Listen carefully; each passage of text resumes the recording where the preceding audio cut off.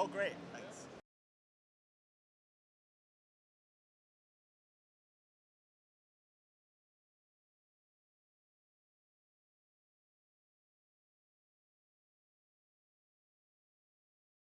Sessions here at EGX.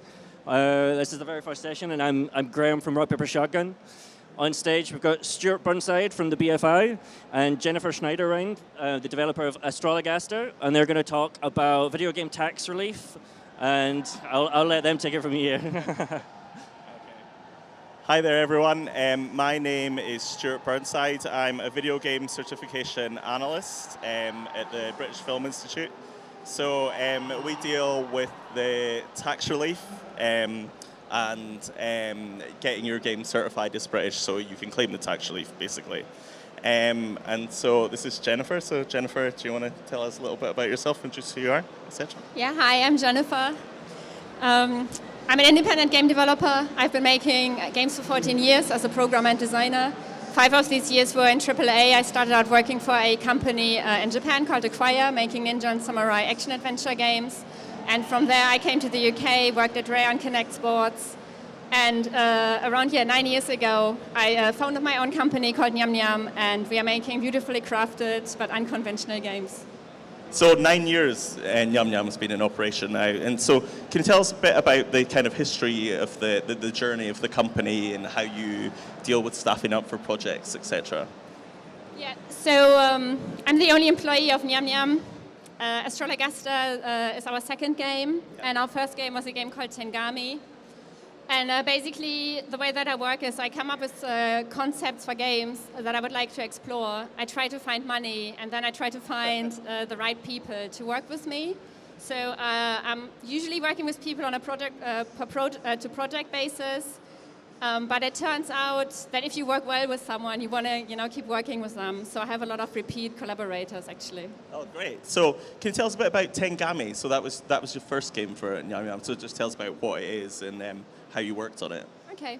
So Tengami is an atmospheric adventure game that takes place in a Japanese pop-up book. Mm-hmm. And you solve puzzles by flipping and folding parts of the pop-up book. Okay. It came out for iOS, PC, Mac, and on the Wii U. Mm-hmm. And so Nyamyam, they were kind of like 3 co-creators. Yeah. Phil was the technical director, Rio the art director, and then I did like all of the design and everything else. Okay. And the way that we worked on Tengami was that it's a Nyamyam released it and like published it, but the game is equally owned by the 3 core creators, Phil, Rio, and myself. And then we had a few kind of like contractors that we brought on to help with a few bits and pieces. Yeah, great. And how did you find the experience of that being your first game with Nyamyam? Was it a learning experience? What did you take from it, really? I think what I really took from Tengami that it's a different thing to make a game with people and to be like a company with people. Yeah.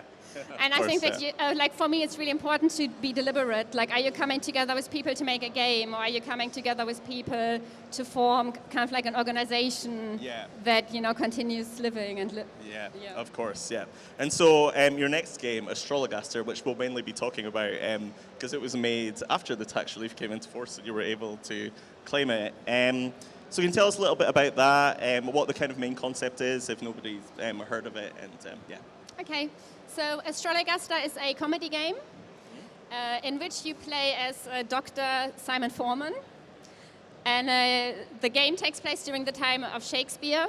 And you have clients that come to you with their personal, professional, and... issues, many issues. Yeah. And so you have to try and help them by diagnosing their illnesses using astrology. Mm-hmm.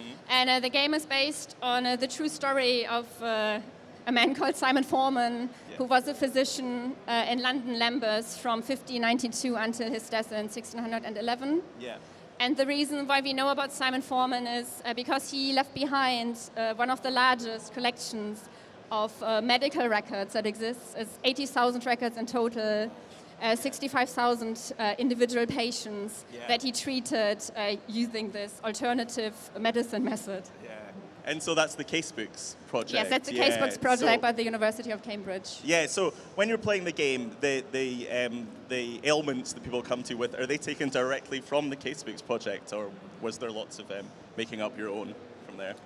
So the game, I like to think about the game as like a comedy best-of of the Casebooks Project. Yeah. And the historians of the Casebooks Project are consultants on the game. Yeah. And we are really trying to give a kind of like almost like I say, like a best of a summary of like what is Elizabethan medicine, like what was this Simon Forman like he was a quite a peculiar character, and how did he fit into the kind of like the medical politics, but also the politics, of a whole. Yeah, because that's one thing I find it really interesting about the game was seeing how it represented the time politically and religiously and all those kind of issues. So it's really interesting to hear that they came from real casebooks. It's not something you see very often.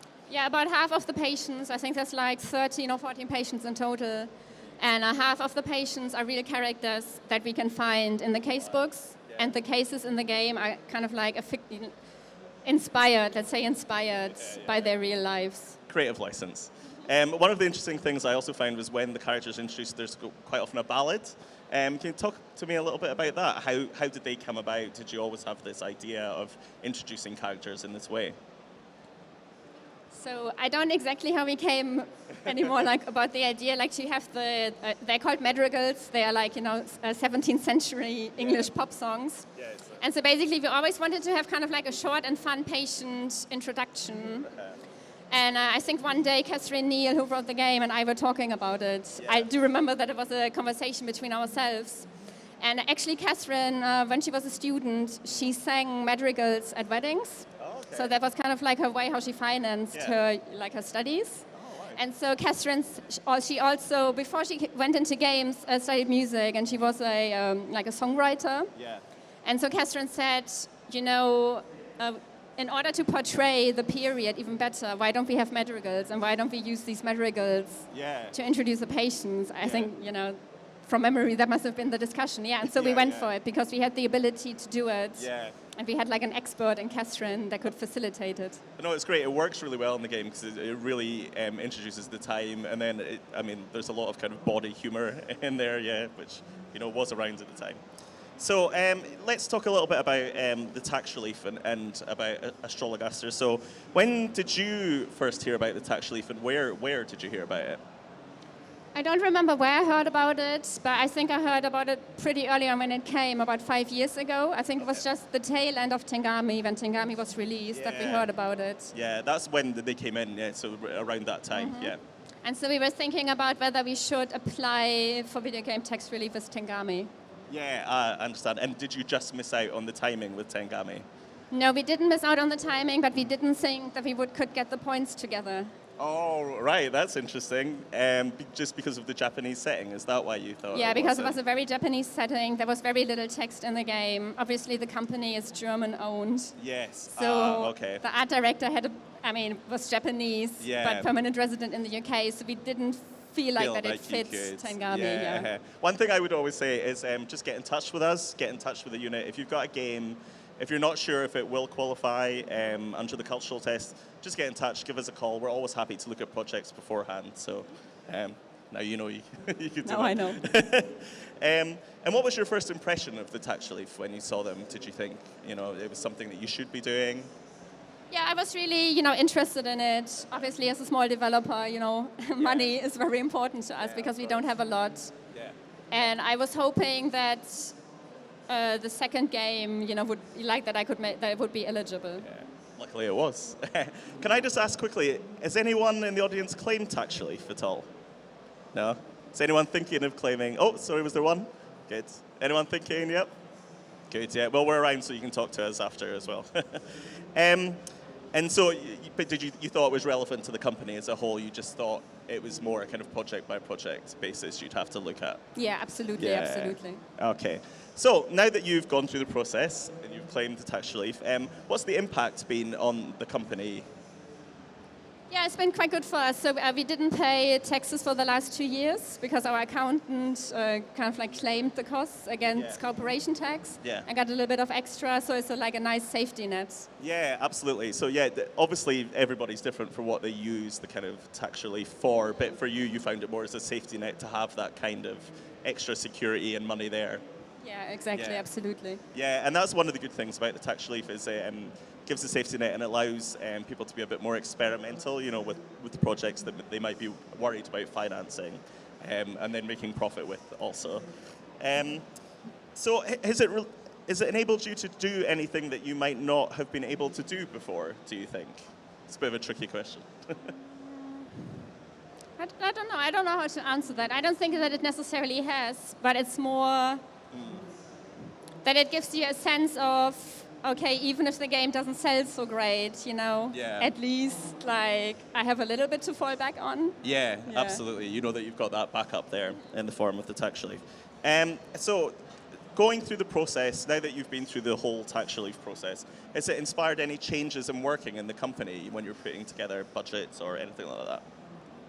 So when I think about the kind of like the game concepts that I want to make, it doesn't impact that because like I'm all like, you know, where creativity goes, it goes. Yes, yeah. But it has definitely changed kind of like the way that we do our budgets and our books. Yeah. So I think as most people who have a company in the UK are aware, there's a new law making text digital.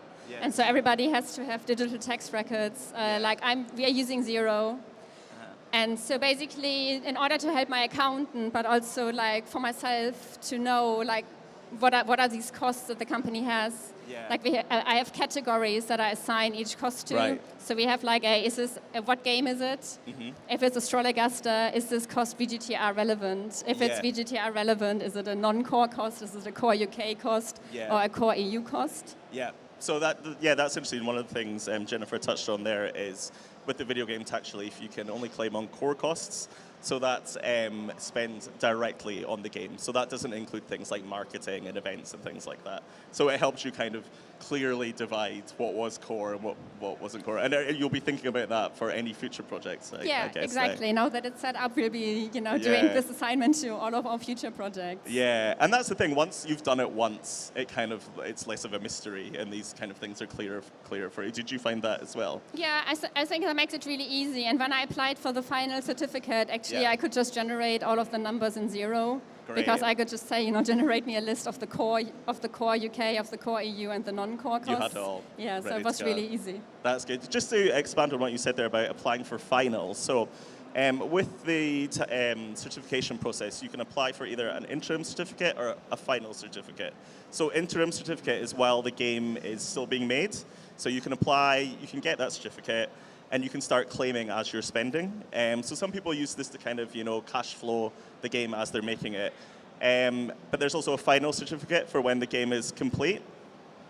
Some people like to get interim and then cash flow as they go along. Some people just like to wait until final and then just do it all in one lump sum. So how did you approach that? I got the interim certificate about, I think, it must be 2 years ago. Oh, okay. And then we just got the final certificate a few months ago. Okay, yeah, because you do have to get a final if you get an interim once the game is complete. And so when you got the interim, at what stage was the game at that point? Was it how far into development was it? At that stage, like we were pretty far along. We knew what the game was, but we still had a lot of content to make. Of course, yeah. And I think I did it at that stage because we were sure at that time that the game would come out. Yeah. And when I had previously talked to my accountant about video game tax relief, he was like a little bit concerned that we wouldn't release the game and how that would affect the tax records. Yeah, of course. Well, that's a question we get quite a lot, actually. It's an interesting one. People are worried that they might get an interim certificate and then the game is cancelled or something happens and then they might have to pay back tax relief. That's not the case at all. Basically, you can get an interim certificate for games that are cancelled. You can even come to us and say, my game's been cancelled. You can still claim the tax relief because you've still spent the money on making that game, even if it hasn't got to a point where it is being released. So that's another point that it's good to come and speak to us. Sometimes going through an accountant, that can kind of get lost in translation. So, that made a bit more sense. Okay, so I guess we'll talk a little bit now about the cultural test, which is the first thing that you need to do in order to get the tax relief. So let me just click ahead. Oops, sorry, I missed that one.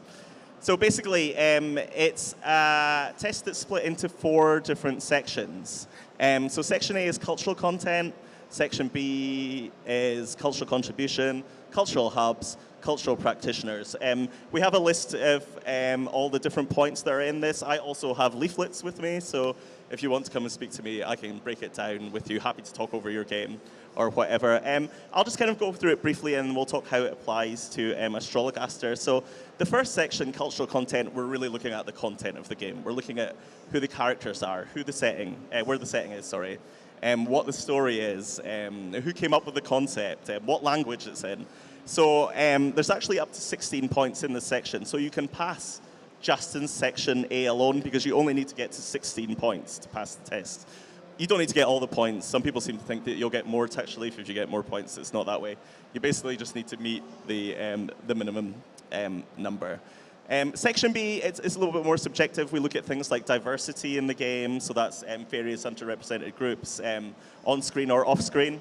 We look at heritage, specifically British heritage. You know, that could be a famous person in the case of your game, which we'll talk a little bit about. It could be a famous landmark. It could even be more kind of current history, current pop culture history. Section C is basically where the money is spent and where you're doing the work. So we're looking to see that you're doing programming in the UK, conceptual development, audio recording, all these kind of things. Again, I have a breakdown that you can see. Section D is who's making the game. So we're looking for staff members that are British or European citizens or residents. And there's various categories. There's 8 categories in here, you know, programmer, designer, all those kind of ones. And you can have the same person claiming in multiple categories. If you're a smaller team and the programmer is also the designer, it's also the artist, then you can have the same person claiming for multiple categories. So basically, you just need to get to the 16-point mark and you pass the test. So let's talk a little bit about how the cultural test applied to you. So when you first looked at the cultural test and you looked through the points, what was your first impression? When I looked at it 5 years ago. Yeah, good. Maybe you can remember. When I looked at it 5 years ago, I didn't understand how it could apply to Tengami at all. I have to admit at that time. Yeah, Tengami's an interesting one because it's not all about where the game is set because obviously games can be set anywhere, you know. There's a lot of fantasy-based games because you can also get points for what we call undetermined. So that's if it's set in a fantasy world or if it's not somewhere specific, you know, if it's just set under the sea, then you can get points for that. But it's interesting you bring that up because there's still, as you can see, there's still lots of other points available. So even if you decide to make a game like you did, Tengami, set in Japan, you won't get character points, you won't get setting points, but you will get other points in other points, other areas of the test. So if you're not sure, again, I would just say come to us. I think that's what we should have done. Yeah, but, well, live and learn. So looking at your game, so the setting was really fairly straightforward. Yes. Yeah, so it's all just completely set. For Astrologaster, it was like super straightforward. I only claim points in the first category because all of the characters are British. It's set in London and Lambeth very specifically. Yeah. It's based on British history. We have actual historic figures from the time. Some are famous, like John Whitgift, the Archbishop of Canterbury, or Emilia Lanier, the famous poet. Yeah, of course. And so we just claimed, Yeah, it makes it very straightforward. It was very for us. straightforward. And the characters section, so setting, obviously, we talked about the characters section.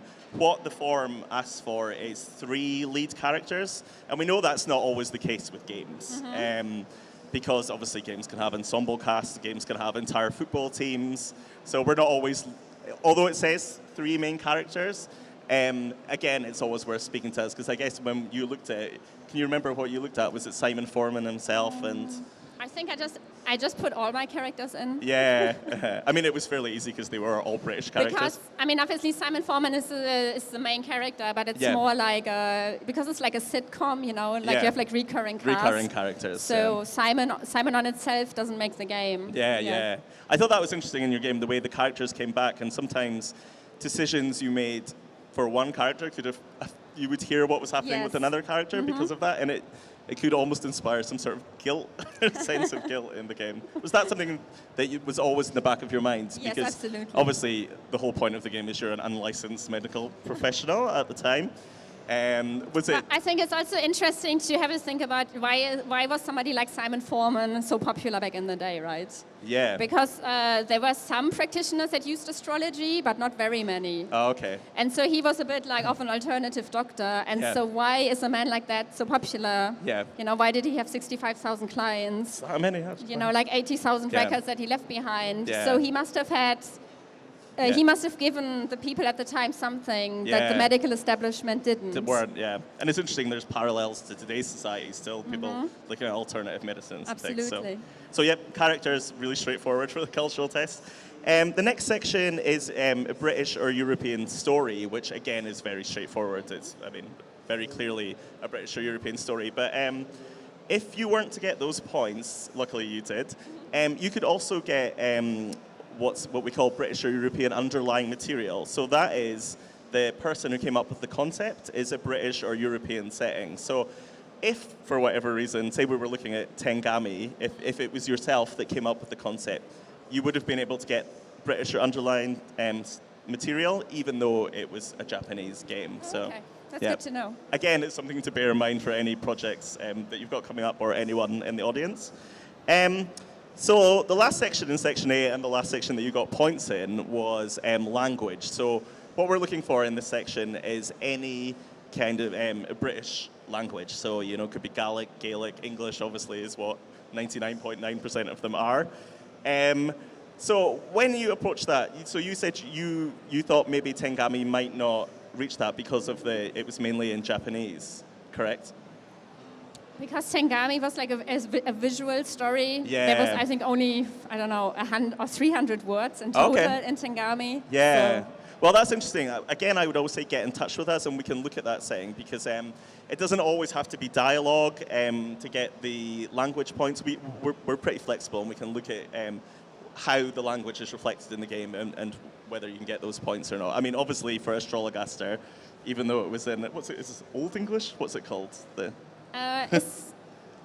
It's kind of like fake Old English. It's fake Old English. It's modern English made to sound old. Yeah. But I think with Astrologaster, what we really pride ourselves is that we have like a large variety of British accents. Yeah. Because like, you know, Game of Thrones. Yeah. And other TV shows is like always like one British accent. Yeah. And we even have like one character that is like a you know multicultural London accent. Yeah. Oh, that's interesting. That we kind of like made old sounding. Yeah. So I think there's like within that language category, there's a lot of there's a lot of interesting accents in the UK, and there's a lot of stuff that you can do with it. Yeah. No, it's really interesting that you focus on that. Not everything has to be like posh. Yeah. No, it's really interesting you focus on that because TV and films are still don't really represent the breadth of accents.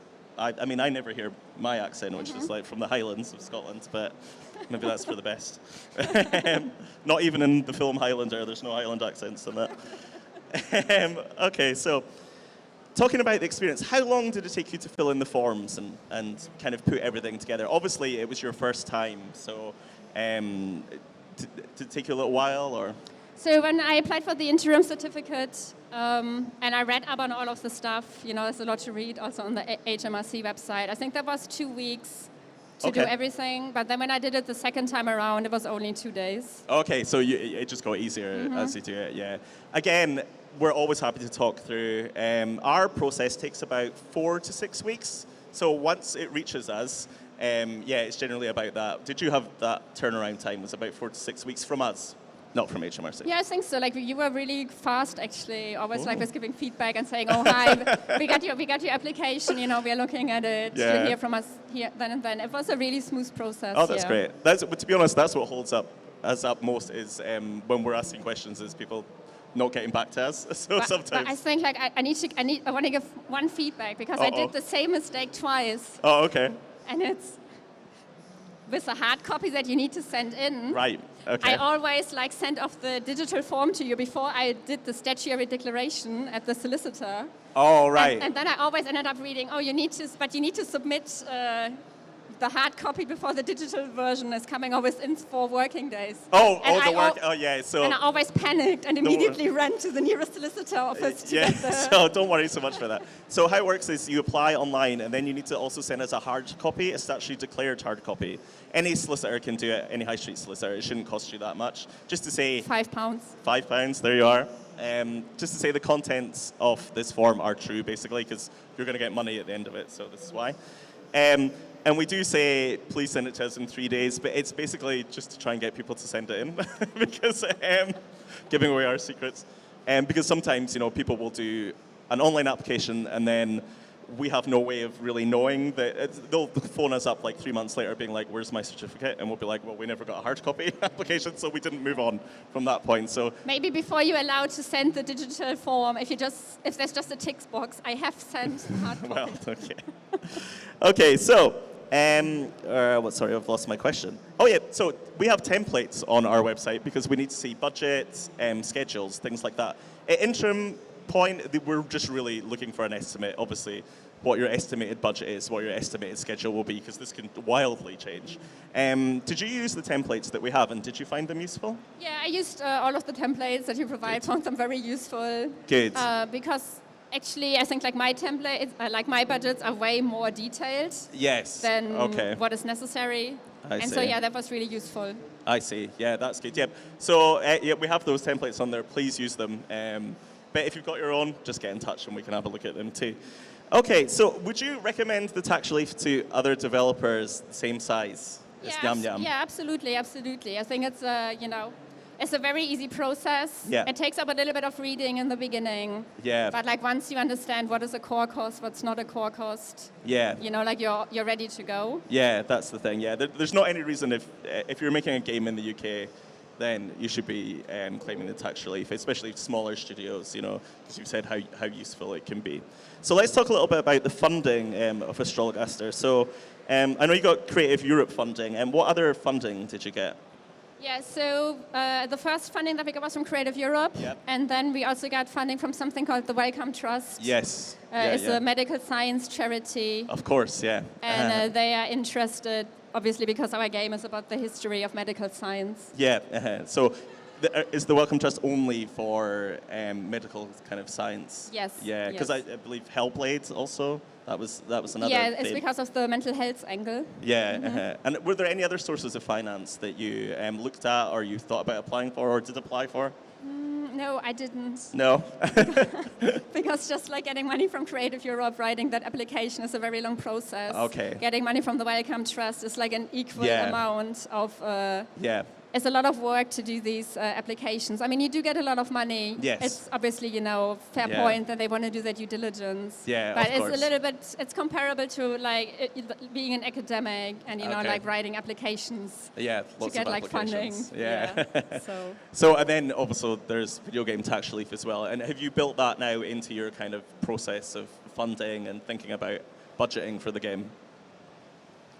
Not necessarily about budgeting for the game, because I'm terrible at budgeting. So fair enough. I feel like the video game tax relief for me is more like, I'm terrible at budgeting. But I didn't budget in the VGTR, so there's a little bit of extra that's coming in. So it's a safety net for your it's like bad budgeting. a safety net, yes. That's fair enough. And final question, what's next for Nyamyam? Can you tell us? I can't tell because it's like a secret, but Top we are secret. working on 3 different projects at the moment. Oh, they're 3 different projects. Yeah, quite different from each other. Yeah. And let's see which one sticks. That's interesting. And where can we see you're going to be speaking tomorrow? Yeah. If you happen to be in Paris on Saturday, you never know. going to indicate, then please do come to my talk. Yeah, and I think that's it really. So I think we're going to open up to any questions that we've got in the audience. Has anyone got any questions? Yep. So first, thank you very much for sharing all this information. It's really, really useful. Thank you. Yeah, no problem. I come from a finance background, but I just wanted to find out a bit more about how you're financing your business before you even go for the tax relief, because that is an immense investment. Yeah. Okay, excellent question. So when I started the company, I had some savings. And so the first game, Tengami, was self-funded by me and the two co-creators. And then, so the game did quite well for us. It sold quite well. And what I did then, I took the money that I made from Tengami and I reinvested that into this new game, into Astrologaster. And I supplemented that with the grants, like Creative Europe and Wellcome Trust and Video Game Tax Relief. Obviously, I think I know what you're getting at. I think a little bit of a problem that we have in the UK is that you need money to make money, right? So if you look at the UK Games Fund, yeah, you can get, I don't want to lie, is it up to £50,000? If you have £50,000, you get an additional £50,000. And Creative Europe is similar, it's a match funding. And so I don't really have good advice how you're going to get your side of the money. But one is definitely, I know that UK Games Fund, they are now doing early stage prototype funding, where it's just like a very small amount that you need to match fund. And then I recommend that you go to something like, investment summits. I think there was one today, or there's one on today. Try to go the publisher route. So because the match funding can be money given to you by a publisher or somebody who wants to invest. Okay. Any other questions?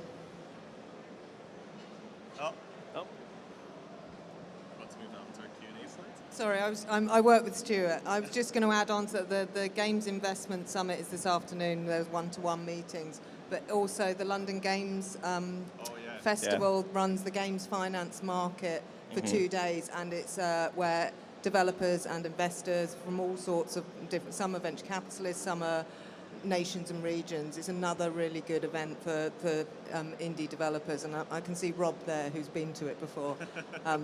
But it's part of the London Games Festival. We can give you some details. And we always have a table there as well, and which they give it very kindly give to us. We just talk to everyone about tax relief. And there are some banks and financiers are now cash flowing the games tax relief in advance, which can be quite helpful. Obviously, there's premiums with that, but they've modelled it on what's happened in the film and television worlds in the past. So. Hey, thanks, Anna. Sorry, Jennifer, I've seen the Wellcome Trust speak before about how they support games, and they're very keen on the fact that it's not just financial support, that they provide access to experts and other resources. I'm wondering if you took advantage of any of that during the production of Astrologaster. Yes, so Astrologaster, the only reason why Astrologaster exists is because the Wellcome Trust, I don't know if they do anymore, but I know for a number of years they organized kind of like weekend or 2-day workshops where they invited game developers and kind of like scientists. And at one of these workshops in 2015, I think 2014 or 2015, I met a woman by the name of Lauren Cassell. She is a professor at the University of Cambridge, and she has been studying Simon Forman's casebooks for the last 25 years. And so the Wellcome Trust also supported the Casebooks Project. And basically through this meeting, and talking to Laura and getting to know her, that's kind of like the seed for the game. And so then going back to them for funding and more help was kind of like the cherry on top of this already kind of like lucky coincidence. Yeah. Yeah, thanks very much. Any other questions at all? No? Okay, well, thanks everyone. Thanks for coming. If you want to speak to any of us, we'll be around afterwards, and enjoy the show. Thanks. Thank you. Thank you. Thanks to Jennifer. Thank you.